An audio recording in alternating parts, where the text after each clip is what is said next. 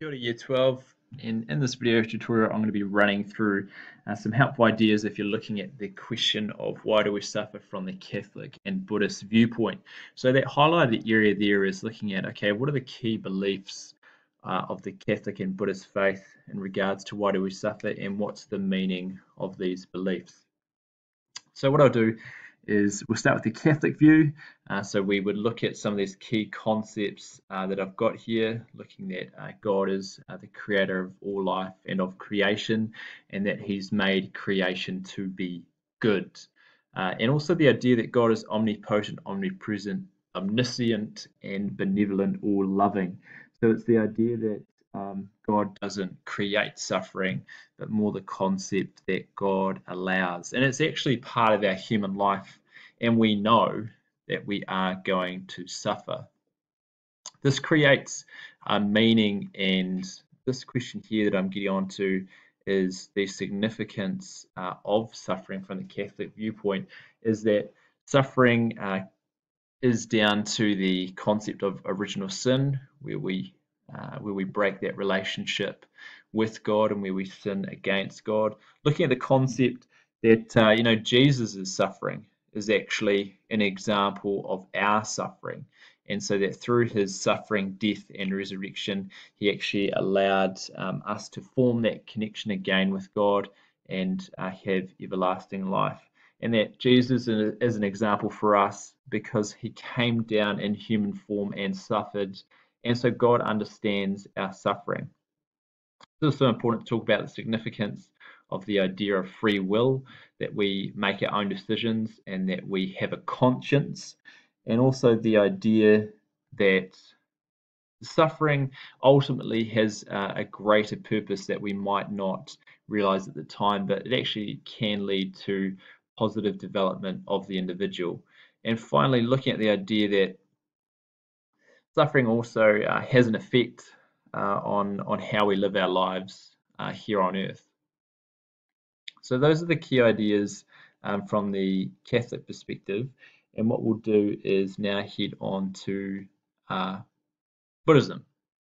So in Buddhism, you're going to talk about the key ideas of anicca, anatta, and dukkha, and this idea that suffering is inevitable due to the impermanence of ourselves. And you'll talk about key beliefs looking at the Four Noble Truths, and particularly the Eightfold Path and the 5 precepts or 5 rules that they have, particularly talking about how our attachments and our desires ultimately lead to our suffering. And how you talk about why this belief is significant to Buddhism is discuss that idea that once we lose our desires and attachments, that we can actually overcome suffering. And then lead on to talk about samsara, that when we die, we're reborn and the cycle of life continues. But that's samsara is in itself suffering, and that we're trying to overcome this and to reach enlightenment, this place of peace to end that cycle. And how we do that is through losing our attachment desires, by being mindful, by meditating, and thinking about the Dharma, the teachings that Buddha gave his followers. The next step that you guys will look to do is this here, is the similarities and differences. So please don't repeat any of the information that you've covered in these areas here, okay? Because it's not so much you regurgitating information. I want you to apply these key beliefs, okay? So an example that you could look at down the bottom here is that both Catholics and Buddhists agree that suffering is inevitable and that it's part of life, that people have free will to make decisions, and that through suffering there's actually improvement of the individual themselves. So it might not have meaning at the time, but ultimately it does lead to some type of good. And then finally, explain the differences. So don't regurgitate information, apply it. So talk about how in Buddhism it's mostly down to a suffering of physical attachments to certain things, while in Catholicism, it has meaning. It brings us closer to God. It brings us closer to the person of Jesus Christ because he suffered also. Talk about, Catholicism believes in that we are spiritual beings and that we have a soul, while Buddhists focus on the impermanence of life and that we don't have a spiritual soul. Look at this idea in Buddhism of, it's an escape from rebirth, that cycle of samsara, while in Catholicism, because it brings us closer to Christ, it actually is important that we continue that relationship on once we die.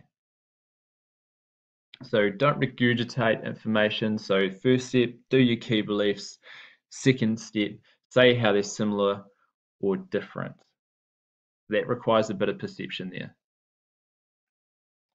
Finally, let's look at our wider implications. So from the Catholic view of suffering, personally, think about how members live their lives and how they behave.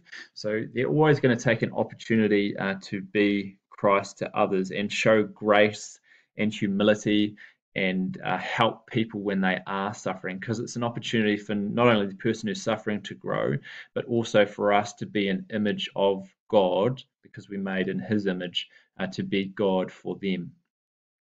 Secondly, you could talk about how society would change socially if we took on these Catholic views.